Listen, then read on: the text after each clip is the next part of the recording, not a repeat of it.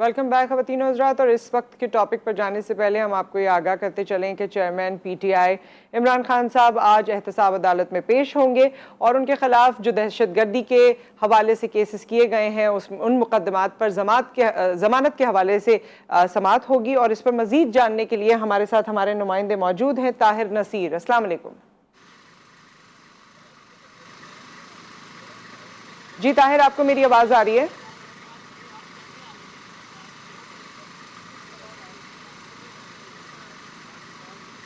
ताहिर, आपको मेरी आवाज़ आ रही है? और क्योंकि हमें ताहिर साहब की आवाज़ इस वक्त क्लियर नहीं आ रही है, हम अपने टॉपिक की तरफ मूव ऑन करते हैं और कोशिश करते हैं कि इनसे हमारा दोबारा रब्ता होता है तो हम जानेंगे कि जुडिशल काउंसिल की सिक्योरिटी के क्या इकदाम हैं और ये जो आज समाअत होने वाली है इसकी क्या अपडेट्स हैं।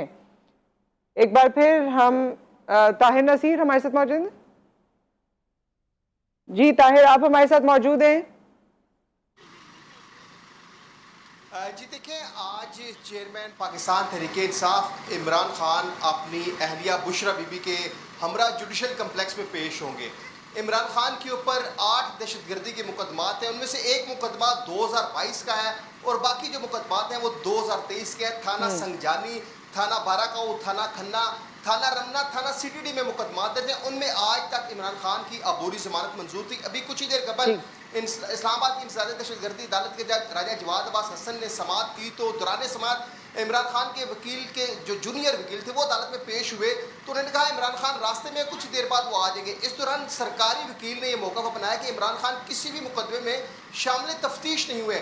अदालत ने रिमार्क दिए कि आज तमाम जो मुकदमे हैं उनकी दरखास्त जमानतों के ऊपर दलाइल दिए जाएंगे। इमरान खान के आने तक समाअत में वक्फा कर दिया गया है। अगर हम सिक्योरिटी की बात करते हैं तो जुडिशल कम्प्लेक्स के अतराफ में सिक्योरिटी के इंतहाई सख्त इकदाम किए गए हैं। रेंजर्स है, FC पुलिस एहलकार यहाँ पे तैनात किए गए। इसके अलावा जो जुडिशल कम्प्लेक्स का रोड है उसको भी रुकावटें लगाकर बंद कर दी गई। जबकि जो बुशरा बीबी हैं अलकादर ट्रस्ट केस में उनकी आज तक हिफाजती जमानत मंजूर है और उनके वकला की जानिब से इस्लामाबाद के जो एहतसाब अदालत के जज मोहम्मद बशीर है वहाँ पे दरखास्त जमानत दायर कर दी गई। जैसे ही इमरान खान जुडिशल कम्प्लेक्स पहुंचे तो सबसे पहले वो बुशरा बीबी के हमरा इस्लामाबाद की एहतसाब अदालत में पेश होंगे, वहाँ पे दरखास्त जमानत पर समाअत होगी। उसके बाद वो इंसदादी दहशतगर्दी की अदालत में जाएंगे, वहाँ पे दरखास्त जमानतों के ऊपर दलाइल दी जाएंगे। और उसके बाद इमरान खान जुडिशल कम्प्लेक्स से निकलकर आज उन्होंने नैब रावलपिंडी के हमरा सामने पेश होना है। तो जुडिशल कम्प्लेक्स के बाद वो नैब रावलपिंडी के सामने जाके जो भी उनका केस है उसमें वो पेश होंगे। जी बहुत शुक्रिया ताहिर नसीर आपका, आपने हमें तफसीलात से आगाह किया है। ऑब्वियसली इस हवाले से मज़ीद जितनी तफसीलात होंगी वो आप GTV न्यूज़ में सुनते रहेंगे, हमारे प्रोग्राम में भी और ख़बरों में भी।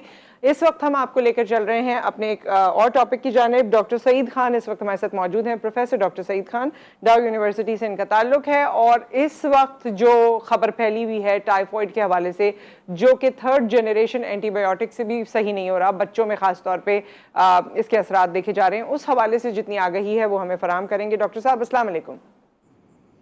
वालेकुम सलाम। जी डॉक्टर सईद, हमें ये बताइएगा कि ये जो कहा जा रहा है कि टाइफॉइड इस वक्त फैला हुआ है, इसकी कितनी हकीकत है और इस हवाले से हमें क्या करने की ज़रूरत है? जी बहुत बहुत शुक्रिया प्रोग्राम में इनवाइट करने का इस अहम मौजू पे।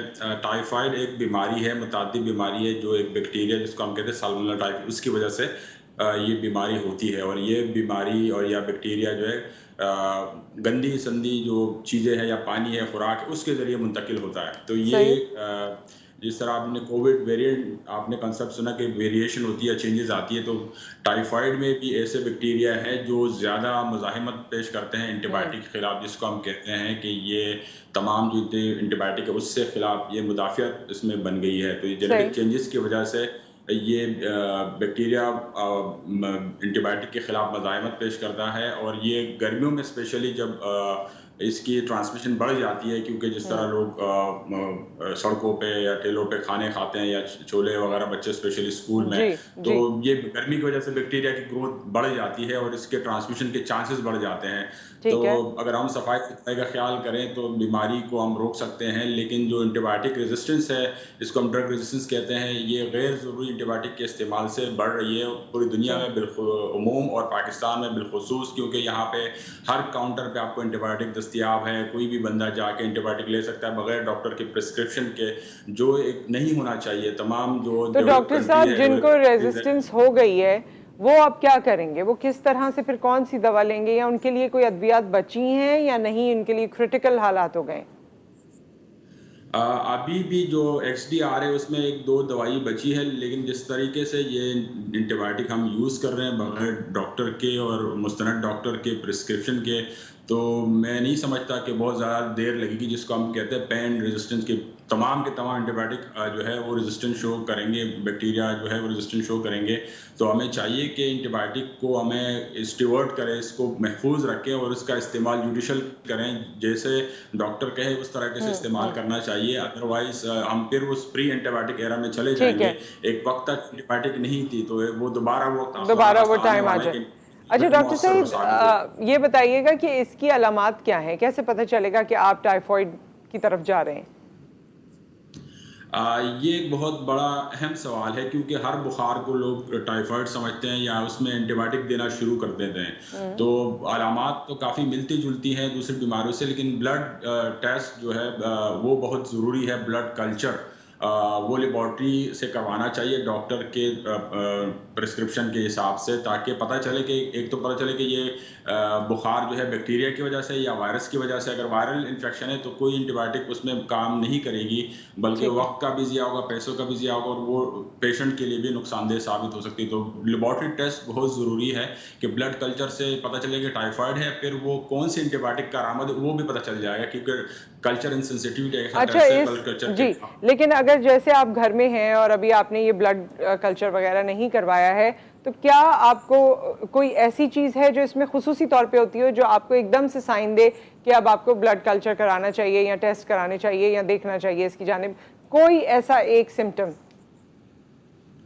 इसमें है कि बुखार, तेज बुखार होता है, जी, और ये है कि पेट भी साथ खराब हो सकता है। ठीक है, और ज़्यादा टाइफाइड के जो अलामात है वो पेट पे या जिस्म पे छोटे छोटे रैशेज निकल पड़ते हैं। तो ये ठीक है, मखसूस अलामात है। इन अलामात के बजाय डॉक्टर को दिखाना चाहिए और डॉक्टर ठीक है। सही तशखीस करता अच्छा है। डॉक्टर सईद, टाइफॉइड के बारे में एक और चीज़ कही जाती है, ये साइंटिफिकली कितनी प्रूवन है या नहीं, कि जैसी टाइफॉइड होता है उसके बाद आपको गंजा हो जाना चाहिए या आपके बाल गिर जाते हैं, क्या ये सच बात है, हकीकत है? ये बिल्कुल कोई हकीकत नहीं है, इसमें इससे कोई ताल्लुक नहीं है। ये एक बैक्टीरियल इन्फेक्शन है, और वो सही वक्त पे तशखीस हो जाए तो सही अद्वियात लेने से ये बिल्कुल हफ्ता 10 दिन में ठीक, बिल्कुल सही हो जाती है। तो घबराने की कोई बात नहीं है, लेकिन डॉक्टर के मशवरे से इलाज करना चाहिए, खुद सेल्फ मेडिकेशन को अवॉइड करना चाहिए। ठीक है, और इससे कोई ऐसा ताल्लुक नहीं है कि आपको बाद में गंजा होना ज़रूरी है या बाल गिर जाते हैं इससे, ये कोई इसमें से हकीकत नहीं है? नहीं, इससे कोई ठीक है। ताल्लुक नहीं है। ये एक बैक्टीरियल इन्फेक्शन है, और अच्छा, ये सफाई सुथराई का ख्याल रखना चाहिए। जो ठीक है, हमें एम्फेसाइज करना चाहिए कि ये गली सड़ी चीज़ों से या कंटेमिनेटेड फूड से, ठीक वाटर है। से ये डॉक्टर फैलता है। साहब, तो जब भी एक और चीज़ मैं बच्चों को जल्दी से आपसे पूछना चाहती हूँ क्योंकि वक्त कम है, sorry for the interruption. Azithromycin के बारे में कहीं मैंने पढ़ा कि वो नहीं देनी है टाइफॉइड में। ये बहुत बड़ा एक मिथ है, स्पेशली कोविड में हर बंदा जो है उसने ये एंटीबायोटिक लेनी शुरू कर दी, या किसी ने बताया कि भाई ये दवाई का आरामद है। तो कोई खुद से कोई भी एंटीबायोटिक नहीं देनी चाहिए। जो आपने नाम बताया ये भी नहीं लेनी चाहिए, और दूसरी एंटीबायोटिक भी नहीं लेनी चाहिए, क्योंकि एंटीबायोटिक जितनी ज़्यादा जो हम देते जाएंगे बैक्टीरिया उस हिसाब से डीट हो जाए, जिसका मज़ाइम है डीट होते जा रहा है, फिर वो मौसर नहीं रहती। आइंदा जब ठीक है, इन्फेक्शन होगा तो वो दवाई मौसर नहीं होगी। इसलिए डॉक्टर के प्रिस्क्रिप्शन से और लेबॉर्ट्री टेस्ट के बाद सही वाली एंटीबायोटिक देनी चाहिए, वो डॉक्टर प्रिस्क्राइब करेगा, बजाय कि हम खुद ही किसी से पूछें कि नीली पीली या फलां वाली एंटीबायोटिक लेनी चाहिए। और हमारा जो काम है वो सफाई सुथराई का ख्याल रखना है। बच्चों को ठीक है, जब स्कूल भेजे तो उनके साथ लंच बॉक्स अपना भेजे, साफ पानी उसके साथ भिजवाएं, बजाय कि वो ठेलों से गली सड़ी चीज़ें खाएं या ऐसे कंटेमिनेटेड। आजकल शरबत गर्मी की वजह से लोग जी, पीते हैं, तो उसका अगर आप देखें तो उसमें काफ़ी गंदगी होती है, मक्खियाँ घूम रही होती हैं। तो ये असल में उस गंदगी की वजह से फैलता है, साफ खुराक पानी से ठीक ये है, नहीं फैलता। और जो इम्यून सिस्टम है वो भी मजबूत रहता है। अगर हम सही। फल फ्रूट खाएं, सब खाएं, तो ये हमें एहतियात करना चाहिए। बहुत शुक्रिया डॉक्टर सईद, आप हमारे साथ मौजूद रहे और आपने तमाम इन्फॉर्मेशन हम तक पहुंचाई। और अच्छी बात यह है कि अब छुट्टियां होना शुरू हो गई हैं बच्चों की, तो बच्चों को घर में रखें, साफ़ सुथरा खाना खिलाएं, बाहर के खाना अवॉइड करें, और इस वक्त टाइफॉइड से बचें और सेल्फ मेडिकेशन की तरफ ज़्यादा मत जाएं। एक ब्रेक आ गया, ब्रेक के बाद आपकी न्यूमरस हमारी मेहमान होंगी जिनसे आपकी मुलाकात होगी, सो स्टे विद अस।